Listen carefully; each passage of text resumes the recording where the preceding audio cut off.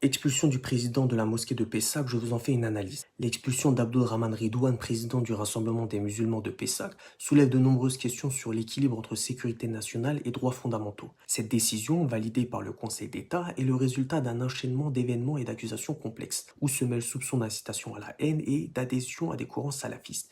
Examinons cette affaire sous plusieurs angles. Contexte politique, la lutte contre l'islam radical ou dérive sécuritaire. Cette expulsion s'inscrit dans la politique sécuritaire menée par le gouvernement français avec Gérald Darmanin en tête à l'époque. L'objectif est de lutter contre ce que l'État perçoit comme des formes d'islam radical. Le problème ici, c'est que Ridouane n'est pas imam ni prédicateur, mais président d'une association qui gère une mosquée.